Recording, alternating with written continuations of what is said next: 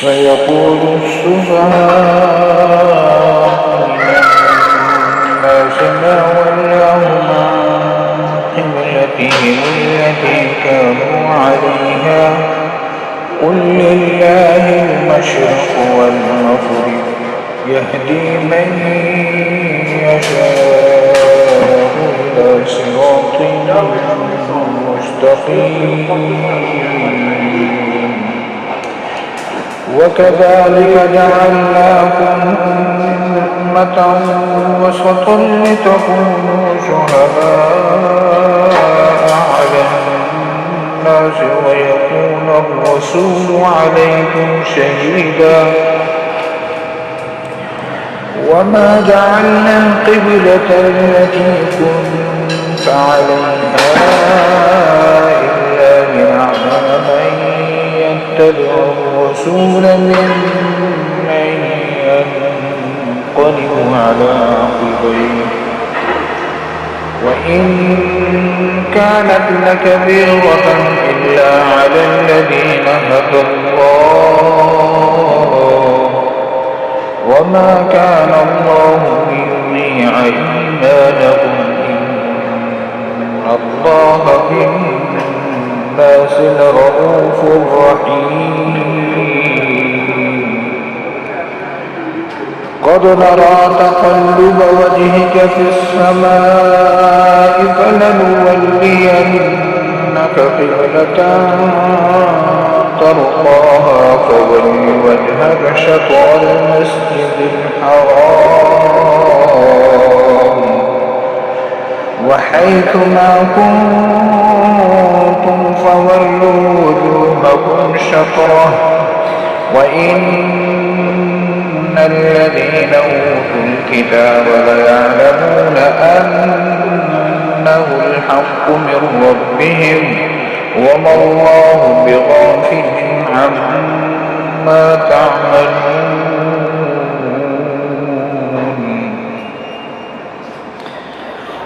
ولئن أتيت الذين أوتوا الكتاب بكل آية ما تبعوا قبلتك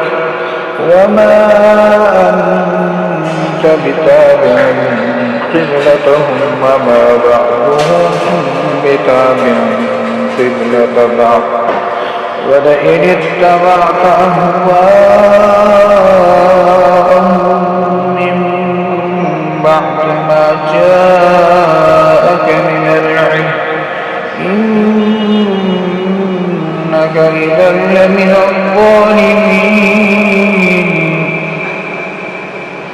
الذين آتيناهم الكتاب يعرفونه كما يعرفون أبناءهم وإن فريقا منهم ليكتمون الحق وهم يعلمون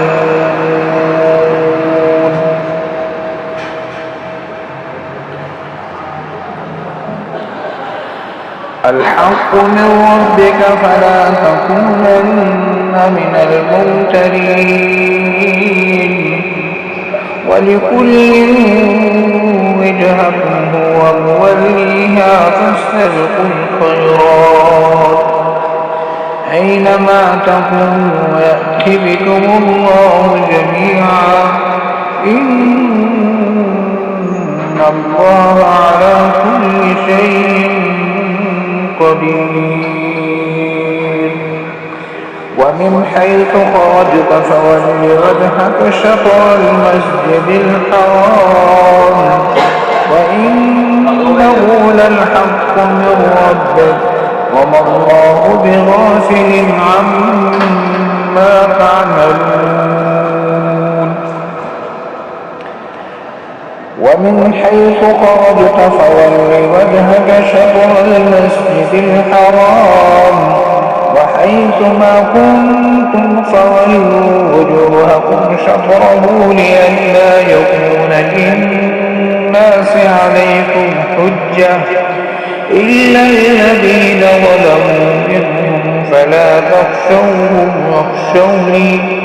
ولأتم نعمتي عليكم ولعلكم تهتدون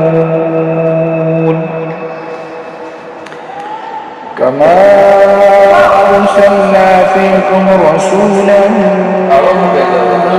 يتلو عليكم آياتنا ويزكيكم ويعلمكم الكتاب والحكمة ويعلمكم ما لم تكونوا تعلمون